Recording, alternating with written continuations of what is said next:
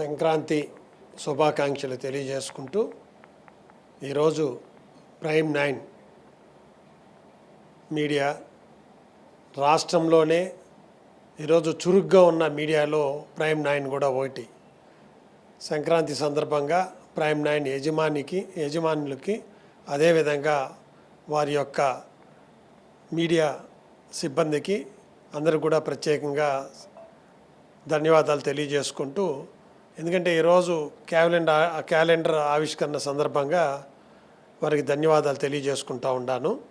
అదేవిధంగా ఈ రాష్ట్రంలో రాక్షస పాలన పోయి గౌరవ ముఖ్యమంత్రి చంద్రబాబు నాయుడు గారు కూటమితో ప్రభుత్వం ఏర్పడిన తర్వాత ఏ విధంగా పరిపాలన జరుగుతుందో ప్రజలందరూ కూడా గమనిస్తూ ఉన్నారు.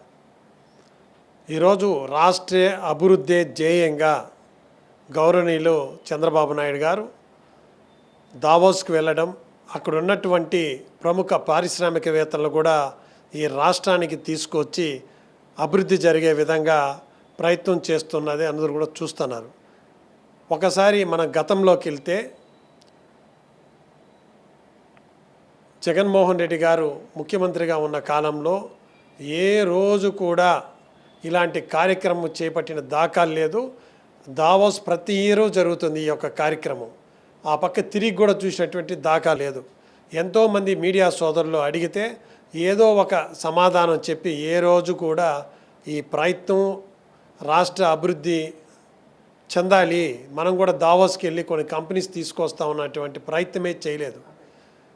మీరు ఈ ఇద్దరు వ్యక్తుల్ని ఒకసారి రాష్ట్ర ప్రజలు గమనిస్తే అతను ఏ విధంగా పరిపాలన చేశాడు, అదేవిధంగా చంద్రబాబు నాయుడు గారు ఈరోజు ఏ విధంగా ప్రయత్నం చేస్తూ ఇప్పటికే 4 లక్షల కోట్ల రూపాయలు పారిశ్రామిక ఒప్పందాలు ఈ రాష్ట్రంలో 6 నెలల కాలంలోనే జరిగింది.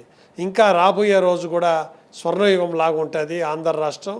కాబట్టి ప్రజలందరూ కూడా చంద్రబాబు నాయుడు గారిని, లోకేష్ బాబుని, పవన్ కళ్యాణ్ని, మోడీ గారిని ఆశీర్వదించాలని కోరుకుంటూ సెలవు తీసుకుంటా ఉన్నాను. మీ దంపూరు భాస్కర్ యాదవ్, రాష్ట్ర తెలుగుదేశం పార్టీ కార్యదర్శి.